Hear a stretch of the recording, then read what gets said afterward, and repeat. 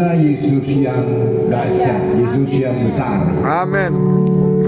Yang kita banyak tahu tentang apa-apa yang menjadi mujizat yang Yesus kerjakan pada waktu Yesus ada di dunia ini ya.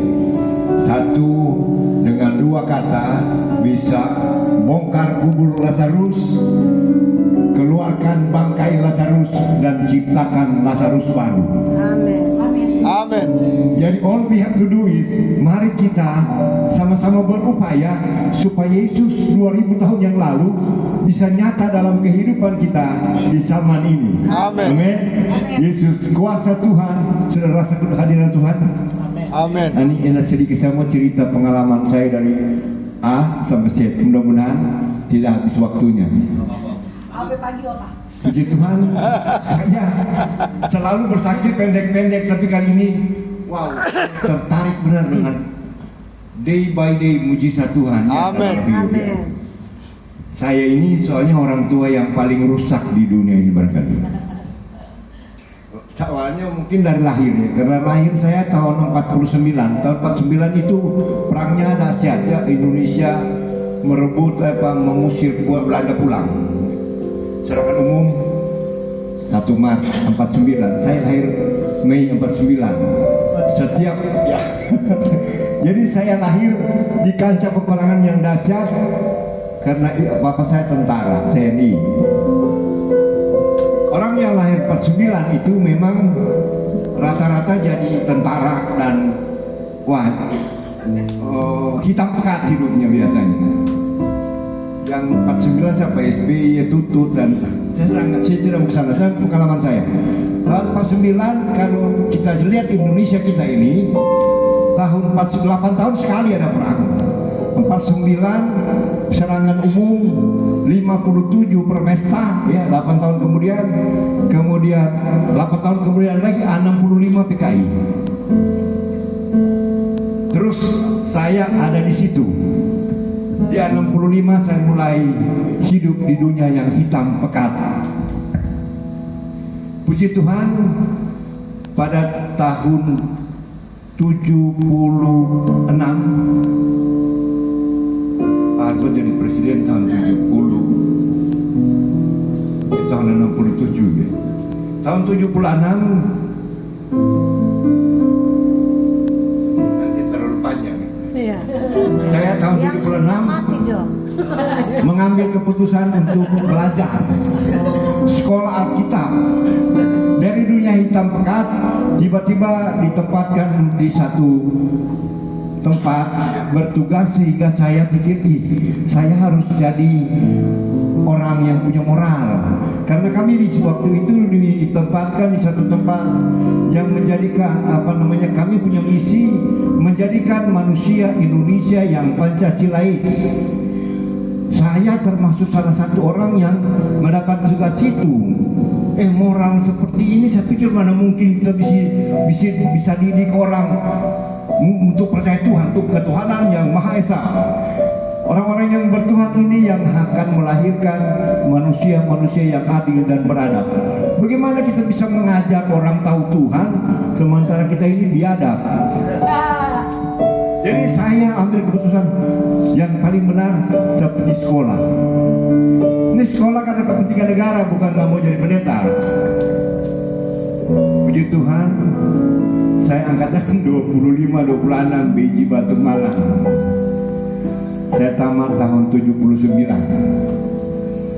Tahun 82 saya dapat tugas lagi untuk menjadi tukang sapu.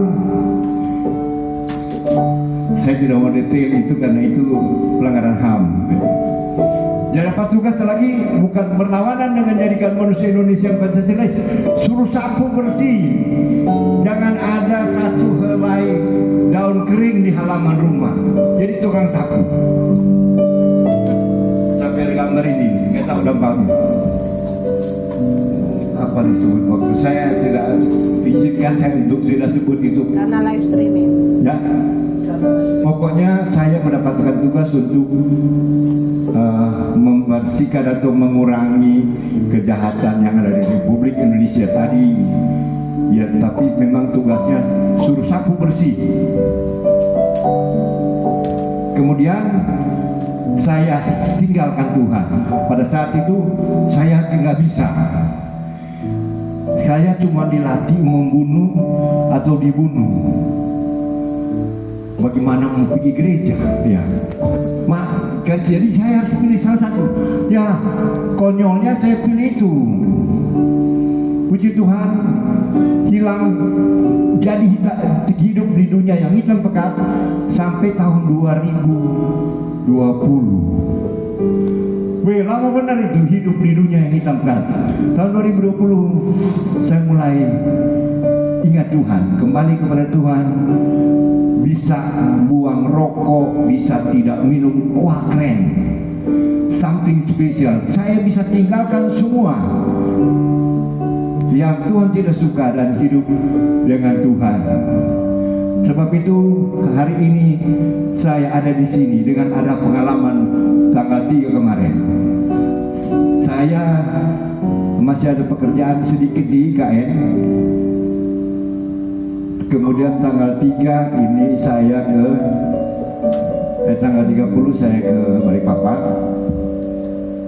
mengerjakan pekerjaan-pekerjaan di sana.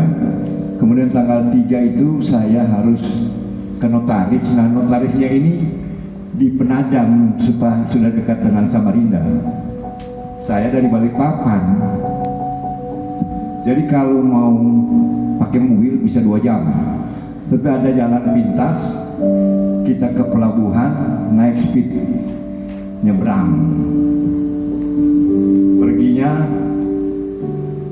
saya coba kemampuan, jadi saya berdiri sampai tiba di sana. Pulangnya saya duduk. Tapi setelah kita naik ke pelabuhan, mau berjalan dari pelabuhan ke tempat parkir, saya rasa seperti ngantuk gitu loh, nggak sakit dada, nggak sakit apa-apa. Tiba-tiba saya bilang, Bro Yusak, nggak, saya minum es dulu. Naik, ada jual es, saya minta.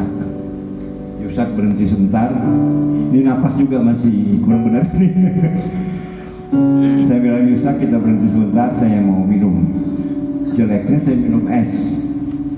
Yusak minta air mineral, kita minum. Habis minum itu baru pada rasa, saya tenaga seperti hilang gitu. Berapa menit kemudian, saya mau jatuh ini. Jadi saya mau cari tempat duduk. Gak ada lagi tempat duduk kecuali tempat orang sembahyang. Ada 2 sejadah di situ. Saya pinggirkan, saya duduk. Sebentar saya duduk terus hilang kayak tidur. Tahu-tahu saya lihat ada satu taman yang keren banget.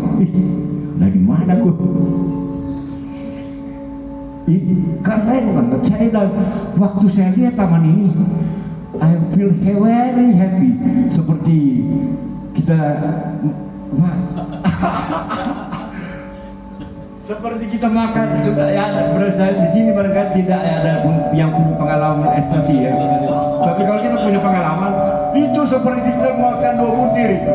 Hilang semua kesusahan. Pokoknya dunia ini saya punya. Tapi ini lebih dari ekstasi. Wih, I'm very happy.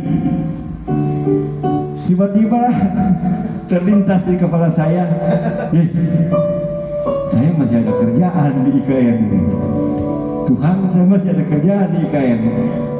Kemudian ini taman sayup-sayup, dia mulai hilang pelan-pelan, muncul suara yang sayup-sayup juga.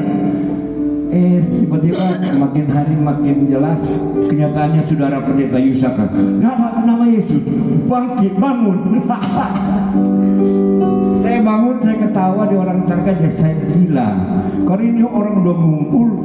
Gimana tadi kamu nggak napas ya ketawa? Saya bilang, saya ketawa karena saya masih rasa itu taman indah banget. Haleluya. Kenapa kau balik di dunia ini di pelabuhan lagi?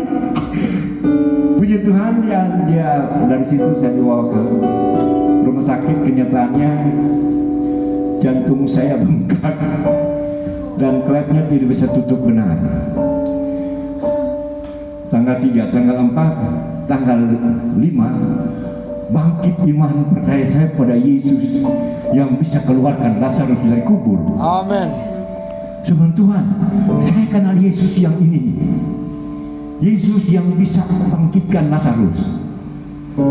Yesus yang bisa memberi makan 5.000 orang. Sebelum Tuhan, saya mempunyai Yesus yang tidak berubah. Amin. Jadi saya berdoa sendiri di kamar, di kamar di tempat saya dirawat. Amin. Saya sedang pasang alat perekam jantung, kapal segala macam. Saya cabutin, Tuhan saya sudah sembuh. Haleluya. Dasar orang nggak bahas nggak bahas sih. Terus saya ketakutan, Pak.